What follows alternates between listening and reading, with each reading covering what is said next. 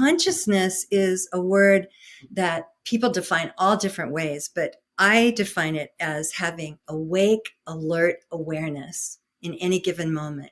So it's not just what we have when we're having these ecstatic experiences. It's that presence and awareness we have even amidst the devastation, even when our sympathetic nervous system is activated and we want to fight or flee or curl up in a ball and feign death, or fawn.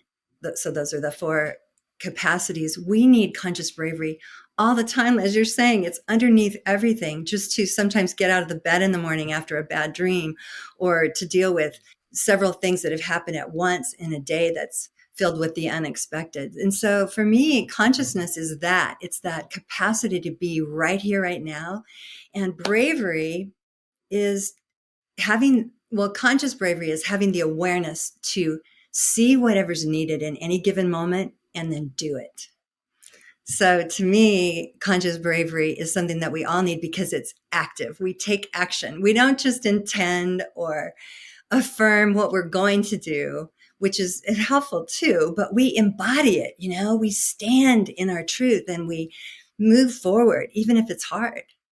Well, And I teach easier how said than done. Yeah, right. It's. I mean, what about when people are like, I don't know what to do. I just feel like in a morass of loss or grief, or they just don't know. They want to take action, but they don't know what to do. Exactly. Beautiful question. We sit with that. And what I teach in my book, I have a chapter called Now There's This. That confusion and I don't know is a very brave stance. To be able to say, I don't know, but I'm right here with that. Now there's this. Now there's this unknowing. And I've been there plenty of times. All of us have.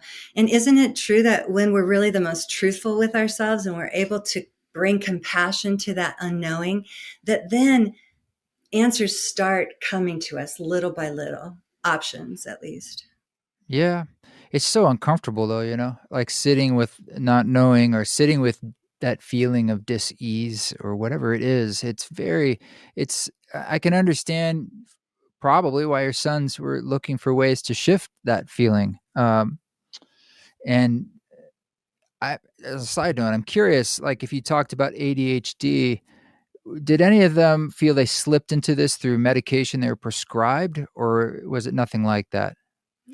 Yes, and I want to come back to the concept of unknowing and that dis-ease. But Yeah.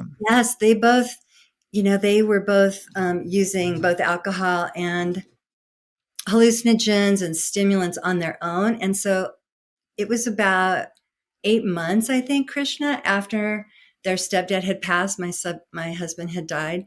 And they said, they just had a little meeting with me and they said, we both think we need ADHD medication.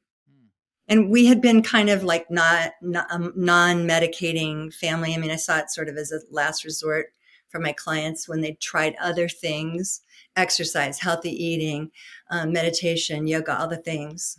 But some people need medication and it works much better. But at any rate, they said, we want this and we really feel we need it. We've tried other things. We're grieving, but our brains are racing. So they got prescribed Vyvanse, which is a Scheduled 1 drug. It's similar to Adderall. And then they immediately doubled it. And their doctor, after 2 weeks, they both came back to the doctor and their doctor said, wow, you guys are pioneers. I guess you knew what you needed. And I look back on that and I think, holy moly, that was a doctor who did not understand the beginnings of substance use disorder, which is what we call it in my profession. I don't like the word addiction or addict because I think it's a label. But at any rate, here were these guys who were prescribed 40 milligrams and they doubled it to 80. Wow. Teenagers on their own. And their doctor said, okay, well, let's try that. And I wish I had known better as a parent to say, whoa, wait a minute. Let's put on the brakes and let's just look at what is this about. But I was in a cloud. And so I didn't know what I didn't know. That's part of why I wrote a chapter, coming back full circle to what you said a few minutes ago, on becoming comfortable with discomfort. I think that I was avoiding discomfort. I think when they said we need 80 milligrams, I said, wow, that makes my life easier. If they know what they need, great. That feels better right here. But I wish I had stayed with the discomfort longer. And so now wishing doesn't do any good, but hindsight does. Now I pause longer and I say, wow, I'm really uncomfortable. I'm listening to my heart on this. I'm listening to my mind. My body is feeling irritable and itchy. I have, like a lot of us have a quirk in our senses that tunes in, maybe when to pick our fingernails, or maybe we grab our ear, we do something like scratch our chin. That's a physical sensation that arises because of some discomfort in our bodies that we want to listen to. And so I do a lot of somatic work, or body work with my clients, asking them, hey, you just did this. Like some people will do this without thinking. That's a symbol of wiping a tear. What I'm doing is, in case our listeners can't see me, that I'm almost as if I'm wiping a tear off my face with a finger. And so if we're having these experiences, we've got to ask what's going on with non-judgment, with the strength of compassion, and say, what am I feeling?